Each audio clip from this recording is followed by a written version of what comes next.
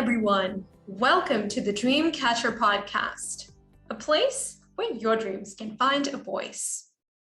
So many of us undervalue our own experience, and we overlook the wisdom that can assist us daily. These habits of self-sabotage can knock the wind out of our sails and leave us grasping and searching for things that we've already realized. One way to overcome this is to view our life as an epic adventure and become aware of the transformation we experience as we go through the peaks and valleys of life. To help us find inspiration, I invited Amy Edelstein. Amy Edelstein is the author of 6 books, including the award-winning The Conscious Classroom, founder of the nonprofit Inner Strength Education, and recipient of a Philadelphia Social Innovators Award. Amy's work has empowered 17,000 teens in under-resourced schools with mindfulness and systems thinking.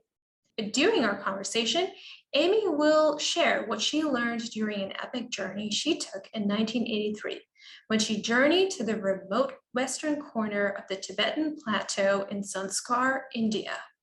She also offers ideas on how to view our own life as a journey so we feel empowered and immersed in the richness of everyday living. If you like what you heard, please don't forget to like, rate, share, and subscribe to this podcast. Thanks. Hi, Amy. How are you doing? I'm doing great today. How are you? I am doing terrific. It is so lovely to connect with you today. I just finished reading your new memoir, Adventure in Zanskar, and I have to say, I felt like I was part of your adventure because it's so detailed, and I could picture everything that you described in it, and I just really enjoyed it.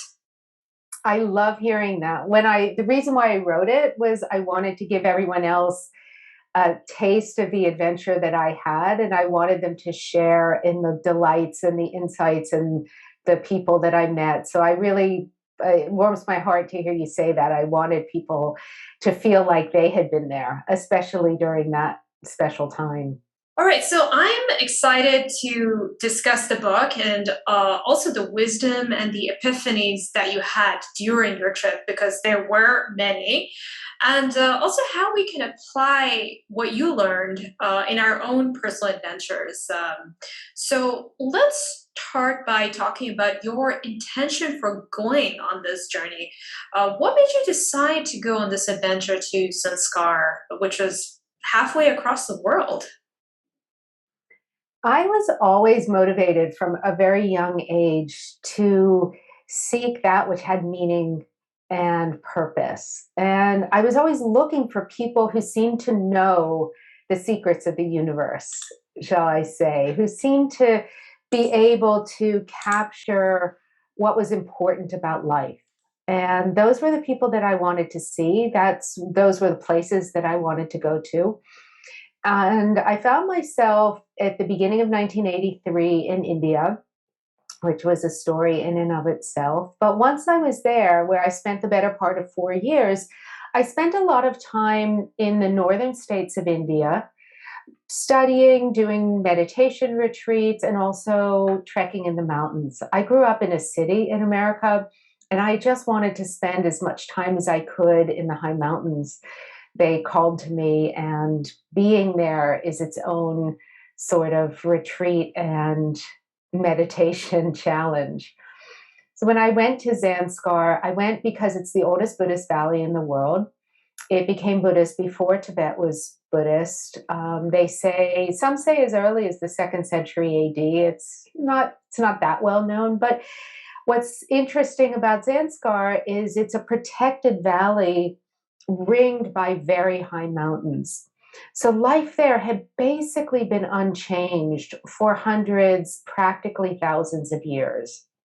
The Tibetans had come into the valley in, sort of between 1200, 1500, and the religion moved from the type of Buddhism they practiced and the type of Bon religion they practiced more to styles of Tibetan Buddhism, but it was all very synchronous and it worked well together. But the life there had been very steady. And I wanted to see what it was like to be in a place that had not suffered huge wars or ethnic conflicts in the way that other Buddhist countries had. I wanted to feel what it was like to be in an area of the world that practiced teachings of renunciation and equanimity and non attachment and compassion and the aspiration to awaken and whatever that meant to awaken, because there are a lot of ways to understand that term. That's why I went there. So I went on my own with whatever I could carry on my back. I didn't have porters or horses or guide. It was physically challenging. And I mean, were you prepared for that? Were you a mountaineer prior to this to this trek that you did? Well, I had a much younger body in those days. Okay. But sometimes that's not enough, Amy. Like, you have to train it. I didn't train, but I had been in Nepal for a few months, and I had been in Himachal Pradesh and in Kashmir. So I was more accustomed to high elevations. Okay. The valley floor of Zanskar is 3,000 meters above sea level, which is quite high already. And then you go up from there. So I went up over 5,100 meters. So I would cross passes, and but they were all footpaths. You didn't need mountaineering equipment, and you just needed to put one foot in front of the other and have a lot of endurance and not too big a fear of heights. Was there ever a time when you said, "That's it, I can't go any further"? I didn't have that choice. I didn't have that option, because once you're in the middle of the valley, you have to cross the mountains to go out either way. Oh, I So see. even if I backtracked, I would have to cross mountain paths because you're going up and down over the mountains. So there was no, yeah, yeah, I could have switched routes, but it wouldn't have really made a difference. So I never really considered that. And I never felt, I mean, there were days I felt absolutely exhausted, and Yeah, and you were sick too. I was sick as well, which is par for the course, I think, when you're, living, a very rustic life. And, but I think what carried me was, I was, it wasn't just a mountaineering expedition. It was really an expedition to understand the nature of the mind and thought and the way we're influenced by our thoughts, and the way that if we decide something's hard and we're not up for it, the mountain feels much steeper. And if we are feeling very uplifted and confident, then the mountain doesn't seem as steep, and it's the same mountain. The only thing that's different is your own mind. And that's what I was there to do. So I was there to put into practice what I had been learning on various meditation retreats and different systems and schools that I'd been studying in, and to see how it all worked in my own experience. Right. And you were probably in an altered state of consciousness when you were, when you were up the mountain. I mean, I would imagine like just being away from civilization and being at such a high elevation, and your body is trying to, acclimate to those new environments. Was that the case? There were times when I had very powerful experiences of what you describe as altered consciousness, or a sense of non-duality and a sense of immediacy, the profundity, when everyone, Ram Dass famously said, be here now, and everyone talks about the power of now, the power of the pause, being present in the moment. And Because you that's, have to be, right? You have to be when you're you have to be there, but there's also another aspect where at times you slip behind your thoughts and you experience the potency and the fullness of, and the immediacy of what people call the present moment, or what people call the self absolute. And that was certainly, I had had experiences of that throughout my life, but being in such a simplified environment like that, it was much easier for those experiences to come to the forefront and to be able to enjoy them because there wasn't a busy world. I live in an East Coast city in America, so I don't have to watch out for the cars on the corner about to run me over, all the demands on your attention that pull you out of that kind of reflection. So I definitely felt and the other part of being in the mountains is your life becomes very simple. You walk, you make a fire, you cook some tea, you cook some food, you walk more, you see stones, you see snow, you see river, you see sky, and occasionally you meet a few people who live in villages all look similar. The houses are the same shape, they're made of the same material, everybody dresses the same. So it's very uh, almost monochromatic, which allows your mind to settle down and slow down. Wow.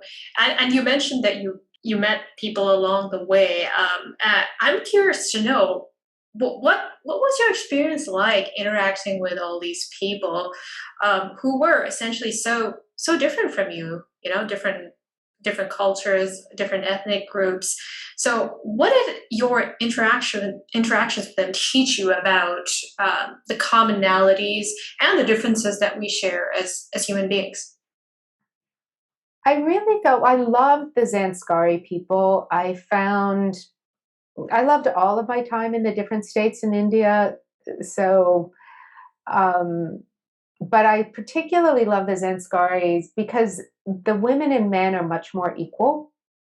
So the women are very strong. They really have, in a lot of ways, a much more prominent role in the family and So it's a than matriarch. other cultures.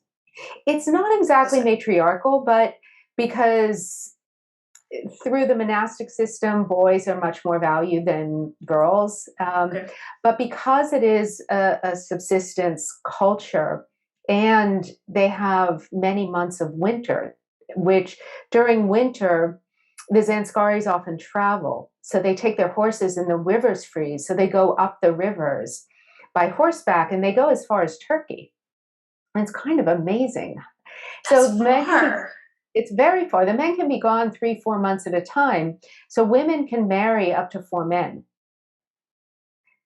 And they often marry the brothers. But what you see in that is you see that there's a certain quality of independence and quality of strength that they have, because you don't usually see that in cultures. And you very much see shared workload. The men will cook and the women will cook. There isn't that same strong separation of roles that there are in some of the other cultures of that region that I saw.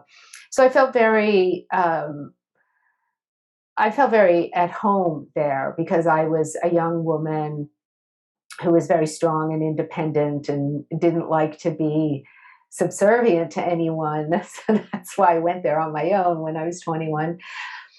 Um, and the other thing I loved about them is that they were so unbelievably kind and easy.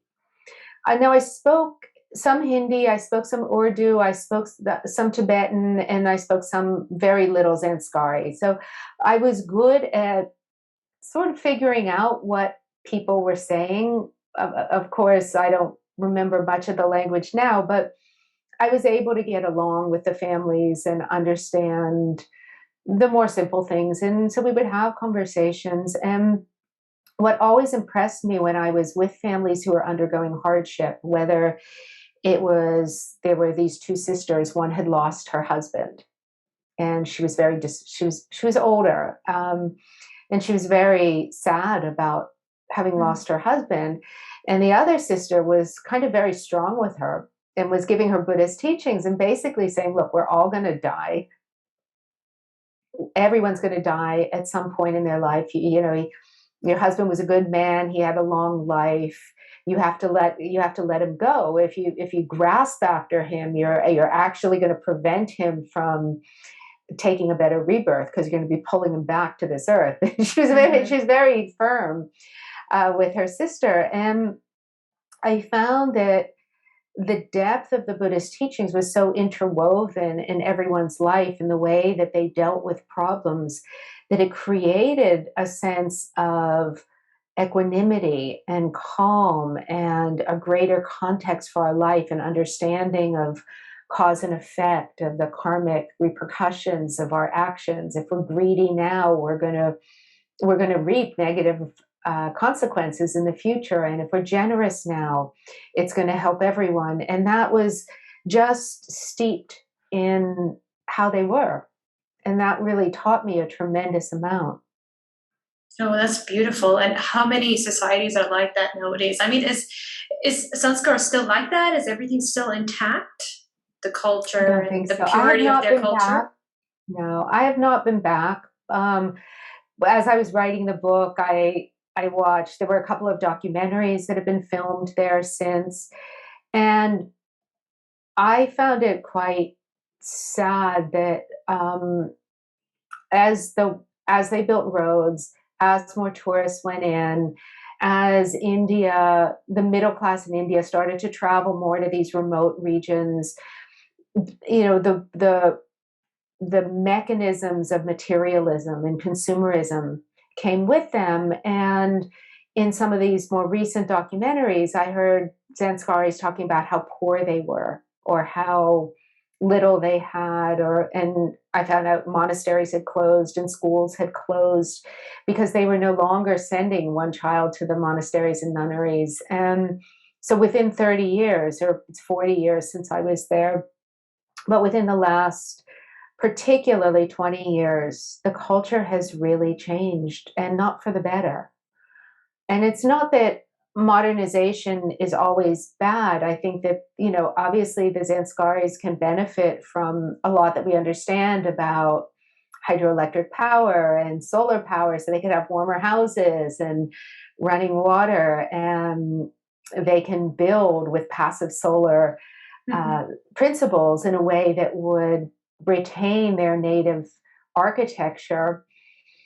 But the move towards a money economy has really upset the natural balance, and it's moved them away from what they were so rich. To me, coming from America, I saw them as infinitely wealthy, Yeah, with very a kind abundant. of, yeah, a kind of moral depth and dimensionality and Yes. happiness and love and carefreeness and And that's joy. priceless, isn't it? Yeah. And the West has a lot to learn from cultures Yeah. like that. So um, I know that there are some local movements that are trying to preserve and retain the culture, but the pressure Mhm. is high. Interesting. I kind of had a feeling that would have been the case because I'm like, there's no way that they wouldn't be touched by consumerism and modernization in some form. I mean, that's just the direction that the world is taking right now. Yeah, So well, we have, there's cell phones now and internet, so you're not remote in the same way that you were before. correct. Amy, let's talk about some of the things that you learned when you were out there. You mentioned that some of the key principles of perennial wisdom that you learned while living in Sanskar are interconnectedness, impermanence, non-grasping, and generosity. Can you please tell us more about all of those? Those are fundamental principles which you find in pretty much every Eastern philosophy in a different way, and also Yeah. embedded in Western philosophical approaches, although you have to dig a little bit more to find them. And what's interesting about being in a culture like that is you really see that people took care of one another and recognized on a very instinctual level their impact on one another. So, a common phrase that they'll say is that we all have to live together. So, they don't really get irritated with each other or greedy or have these petty disputes because you're in a village of 10, 15 houses. and everyone has to live together. So you let things go. And that pointed to those deeper principles that all of our actions have consequences. And we may be upset right now. We may want to express our frustration with another. The way we do that is going to set something in motion. So, are we doing that with skillful means? Are we taking care to uplift the situation, or are we just venting because we're irritated because somebody took our parking spot or cut us off on the highway? And those kind of petty reactions, which is our 2-year-old responses, Yeah. are things that we need to be adult about, because you recognize that everything has consequences, and our world, in ways seen and unseen, is profoundly interconnected. My father was a particle physicist, and he was an experimentalist. So his job, when he wasn't teaching, was to work in these high energy accelerators, and they'd speed up electrons and blow them into the nuclei of atoms and try to break them into smaller and smaller pieces. And working, when I grew up, he would tell us about his work and in language that we could understand. And what I learned from him from a very young age is that we're all made of the same building blocks on this very, very small level. Absolutely everything you can imagine in the cosmos is made of these very, very small building blocks that are identical. Whether it's the electron in your finger, or it's the electron in the leaf and the tree outside your window. Yes. And you see that there's a sameness that is so much deeper. Yeah, it reminds me of the saying by Carl Sagan. He says we're all star stuff. So I think that's what he was alluding to, right? Yeah, exactly. And I think what he was alluding to in that quote is that the explosion of distant stars is what created the oxygen and hydrogen and other elements that we breathe in today. So every breath we're taking now contains pieces of exploded stars. Mm-hmm. And so when you think about that, you realize, well, how separate are we really? Of course, the way they look at that in Zanskar or in other Eastern philosophies is they talk about nothing arises independently, everything is connected. There's nothing that just emerges on its own. There's always a cause to that. So we're not really discrete in a way that in the West we usually think that we're discrete. This is a glass of water. It has it has a boundary around it, and that's true. But if you break it down on smaller and smaller levels, you see that there were all kinds of conditions that gave rise to that glass of water being present. And those conditions are inseparable from the water and the glass themselves. So the water and glass wouldn't exist without those conditions. So you can't say that they arose of their own accord. They arose because of conditions. We arise because of conditions. And those conditions are always influencing each other. So we're always connected. Everything is connected. You can't find something that somewhere on this vast chain of causation isn't connected. And when you get that, not on an intellectual level, but on that visceral level, you feel differently about the way you move in the world, because the way you move in the world is you're propelled by so many causes and you're setting so many other effects into motion that you feel more gentle in the way that you move about the world. Yeah. And how do people actually start getting more conscious of this interconnectedness and this cause and effect phenomenon that you just described? Because it seems that people are more and more removed from that. And they're more distracted than ever because of we're living in the digital age, social media, in a kind of different space right now. So how can we get back to that? I think the main way is curiosity and care. I run a teen program that works with about 5,000 youth every year in the school system, teaching them mindfulness and systems thinking and the evolution of the brain and compassion building. And the principles that I teach them fundamentally are calm, curiosity, and care.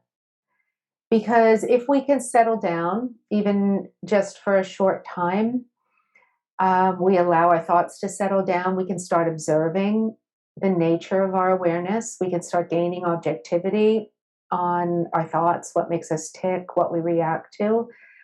When we're curious about it, we just start to see interconnection. We start to see things differently.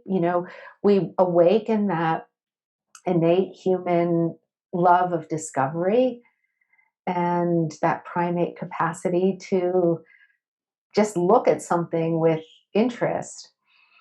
And care is to want to live a life fueled by meaning and purpose. So wanting to live a human life that matters.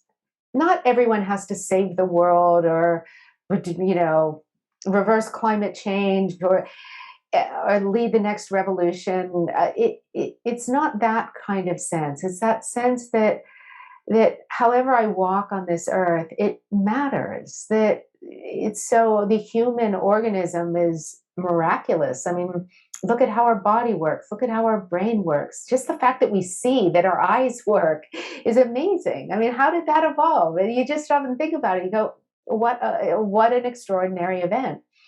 And so you start caring about your life and your impact, not from a fear-based place. I mean, too many young people now are terrified of their impact. They're angry at older generations for the troubles of the world. And I understand that. But we want to engage with the world without fear. We want to engage with life without fear. And when we bring our capacity to be calm and our natural curiosity and our care about living a life that has a sense of richness and fullness, then all those principles will start they'll start revealing themselves to us, because we'll start looking around and we'll start figuring out how things work, and things will start making sense in a different way. So people don't have to sit cross-legged. They don't have to do deep breathing. They don't have to do yoga. They can do it if they want, but everyone's going to find their way if they allow the curiosity to take them. Yeah, and in fact, you use the metaphor of a journey. You actually think it would really benefit people to see their life as an epic journey. Could you say more about that? Well, I believe it's true. See, I believe that our lives do really matter. And it's something that when you think very carefully, not about the specifics, we all have things in our life that get us irritated, that we don't like, and issues that happened in the past. And, so many people have experienced serious trauma and violence and racism or poverty and degradation. There are very, very real systemic injustices. Yeah, because that are they very exist. serious. Yeah, absolutely. And so, but underneath that, there's also a sense of life itself being whole, life itself being good prior to all of the hurts and harms. And I believe that it's when we get in touch with that, we see the epic nature of our lives. And that's what gives us the fuel and the resilience and the strength and the courage to respond to the injustices, to heal, or to reach for resources that we need to heal, and to take those steps. Because when your life starts to represent the heroic nature of the march of life on earth, then your life is not just a part of that, but each life is a whole. It's a whole within a whole. It's in one of these nested hierarchies. And so if your life is an expression of wholeness and it's an expression of the goodness of life, then you start elevating the whole life process. So that's what I mean by the epic journey, that it really is true. Whether you feel that, you should have done more in your life. I know there are a lot of women, my age, or my mother's in her 90s now, but her age or 10 years younger, who wish they had done more. And we don't need to reauthor our lives to make it epic. We need to appreciate the precious nature of life itself, and of the importance of us being in expressions of these deeper principles in a way that matters. Oh, that is so beautiful, Amy. I totally agree with you. And I think the reason why people get sidetracked is because they try to find the value of their life based on these arbitrary factors. Right now in our society, what do people appreciate? They appreciate, status, financial prosperity, all these superficial uh, means of kind of measuring your worth. And I think that's why a lot of people find it hard to appreciate all these deeper aspects of their journey that you just talked about. Yeah, and I think that mostly what I find with people is they just haven't given it any thought. That too. That they think It could be as simple as that. yeah, they think they value status and money and wealth, but they haven't really thought about it. And when they sit down and think about it, they go, you know what? It's not really the most important thing to me. It's important because I think it's going to make me more comfortable or more secure, or I'll have a better friend circle, or I'll be, I mean, but that's what I'm seeing. That's what I'm observing, and in this climate of social media, and I'm seeing like the younger generation, like my niece. She's in her late teens, Gen Zs. I'm seeing that that that shift. So, and it concerns me. So that's why I want to know your thoughts on that and how we can start appreciating our journey from this deeper place. asking questions. I mean, I think that our education needs to teach towards purpose, not what's your college, what college you're going to go to, how well did you do on the standardized tests, what job do you want, but what's your purpose in life? And maybe that's making your family happy. Maybe it's having a you know a home life that's vibrant and caring. That's a purpose larger than yourself. Maybe it's innovating something to contribute to the world. That's also a purpose. But you need a purpose larger than yourself that has to do with inner values, and you need to be able to articulate it. And when I work with teens and I ask them, they say nobody ever asks us that. So we need to just, as adults, aunts, uncles, mentors, parents, grandparents, older siblings, we need to start looking at what life is about. And then, and then how are you going to get there? When we educate youth that way, they'll find their way. Um, Social media does cause a lot of harm, especially in terms of self image and narcissism. And it can very much exacerbate mental illness. So, for parents and mentors and teachers, concerned adults, you do need to really support your young people by making sure that they're feeling okay, or that they're feeling okay to talk about not feeling okay and getting support. I think the pandemic was particularly hard for young people, and social media can be extremely detrimental. It doesn't Right. have to be by default, but it's certainly. It's a double-edged sword, isn't it?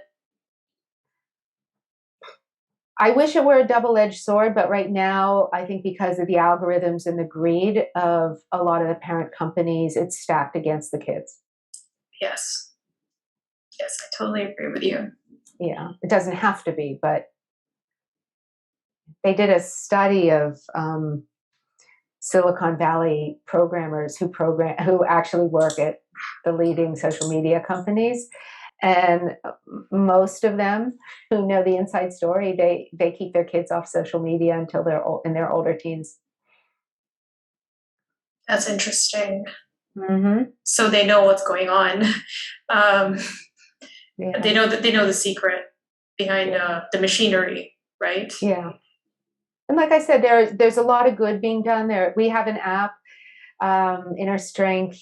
It's free for teens. There is no paywall, no credit card required, and we make it accessible to help teens practice mindfulness techniques and explore and develop this kind of curiosity. So we're really excited about it.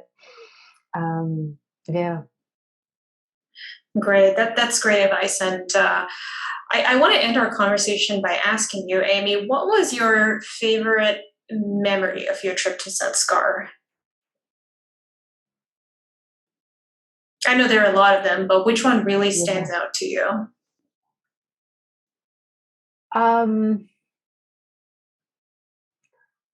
There's so many that stand out, but there's a certain quality of, like, when you just ask that, I could almost smell the air.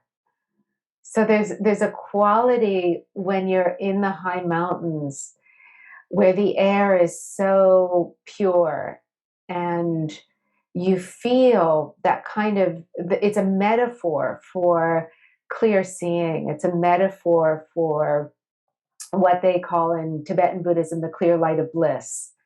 And you can almost feel it in the air. And it feels like it's a metaphor for a relationship to the human experience that is so bright and pure, without blemish, that really gives a lot of faith. It gives a sense of that goodness and kindness of an extraordinary degree is really possible. That we could be not just a little bit better, but we could actually really be better. Whatever that is for the listeners, however you want to translate that in your own mind. But when you think of that, whatever that represents, of the highest quality of love and kindness and goodness and wisdom, you almost feel that in the elements there. And so when you said that, I was just picturing just being alone with the rock mountains on both sides and the gray river, and just looking at the air, and it was almost like the air was dancing itself. Wow, that's so beautiful. I'll bet the night sky was spectacular. It was so bright. There was one night where I actually walked under starlight. It wasn't even under moonlight. Wow. And with the moon, I had my own shadow. Sometimes I'd walk under the moonlight and I'd have a shadow like during the day. It was amazing. Wow. Wow, I can just imagine. I can just imagine. It's probably looked like a postcard or something. Wow. Well, Amy, it's been such a pleasure talking to you. Thank you so much for writing this lovely book, which I'm sure will speak to the hearts of many people out there. Yeah, thank you so much for having me. And I just encourage all of your listeners everywhere in the world to just be a little kinder with yourself, be a little softer, be a little happier. It's okay. It's okay. It's almost like in these times, I'm sure. we really need to hear that. It's okay. There are hard things, but we're going to make it through. Yes, we are. And I want to quickly mention that for anyone who's interested in getting a copy of Adventure in Zanskar, it's now available in all major bookstores and on Amy's website, amyedelstein.com. The link will be in the description box. Yeah, great. Thank you so much. Thank you so much, Amy. Have a wonderful rest of your day.